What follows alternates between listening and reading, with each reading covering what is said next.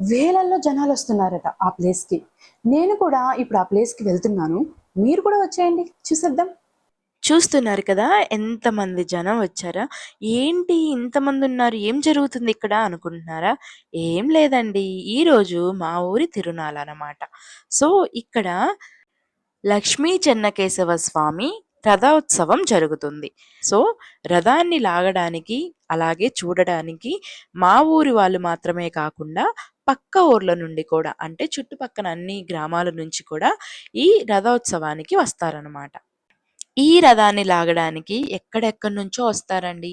ఎందుకంటే చాలా స్పెషల్ ఉంది. అదేంటి అంటే రథం లాగటాన్ని రథం పట్టడం అని అంటారండి. అంటే రథం పట్టి ఈ ఇయర్ ఏదైనా ఒక కోరిక కోరుకొని అది నెరవేరిన తర్వాత మళ్ళీ రథం పడతాము అని అలా కోరుకుంటారండి. అలా కోరుకోవడం వల్ల కూడా అంటే ఈ ఇయర్ వచ్చి కోరుకొని మళ్ళీ నెక్స్ట్ ఇయర్ మళ్ళీ తిరునాళ్ళ వచ్చేలోపు ఆ కోరికలు కూడా నెరవేరుతాయండి. అలా అని ఇక్కడ వారి నమ్మకం. 1964, 1965 ఆ టైంలో మా ఊరికి చాలా పెద్ద వరద వచ్చిందంటండి. అసలు ఆ వరద ఆగకుండా వస్తూనే ఉందంట. సో, ఆ టైంలో ఒక పర్సన్ కాషాయం బట్టలు ధరించి ఆ వరద మీద అంటే ఆ వరద నీళ్ళలో నడవటం వల్ల వరద ఆగిపోయిందంట. అలా వచ్చి నడిచిన పర్సన్ చెన్నకేశవర్ల స్వామి అని చెప్పి అప్పటి జనం నమ్మారంట. సో, ఆ దేవుడు వచ్చి నడవటం వలనే మనం అందరం బ్రతికి ఉన్నాము.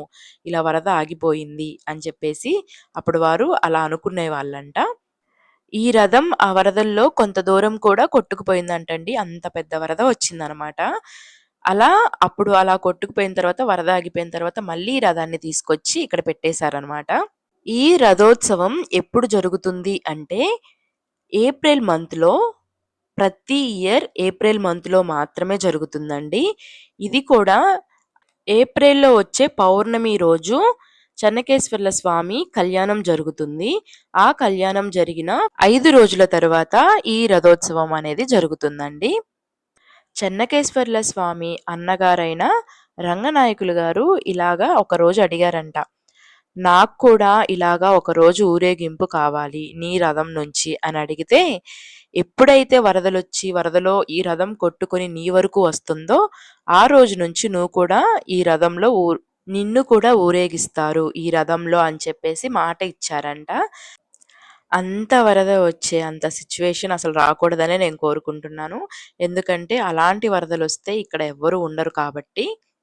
ఈ రథం లాగేటప్పుడు అందరూ జై చెన్నకేశవ, జై చెన్నకేశవ అని అరుస్తుంటే, అసలు లాగే వాళ్ళకి ఎంత జోషొస్తుందో, పక్కన ఉండే వాళ్ళకి కూడా అంత ఉత్సాహం వస్తదండి.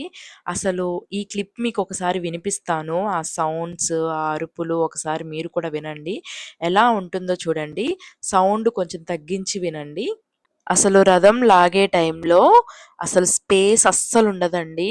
అయినా కూడా అలానే అందరూ కలిసి రథాన్ని లాగుతూ ఉంటారు.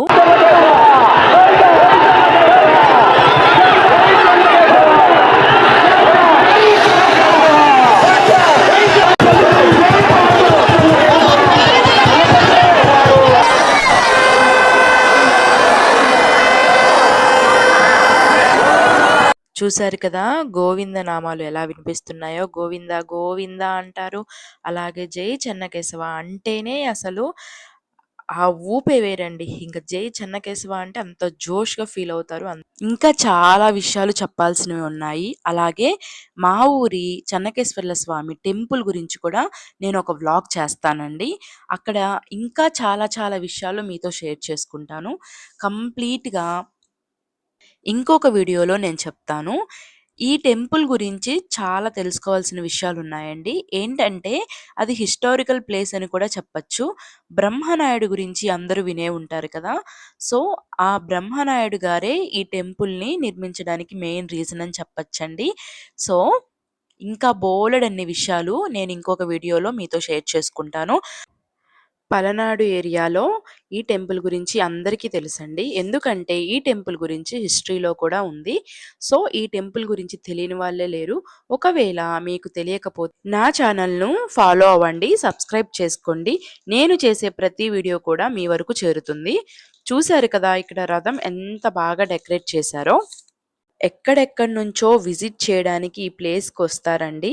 ఈ ప్లేస్‌కొచ్చి దేవుడి దర్శనం చేసుకుంటారు. ఇలాంటి ప్లేస్‌ని మీరు కూడా మిస్ చేసుకోకుండా ఎప్పుడైనా వచ్చి దర్శించుకోండి. ఇలాంటి మరిన్ని వీడియోస్ కోసం మా ఛానల్‌ని సబ్స్క్రైబ్ చేసుకోండి. ఈ వీడియోని లైక్ చేయండి. అలాగే ఈ వీడియో అందరికీ రీచ్ అయ్యేలాగా షేర్ చేయండి. Thank you for watching. By by.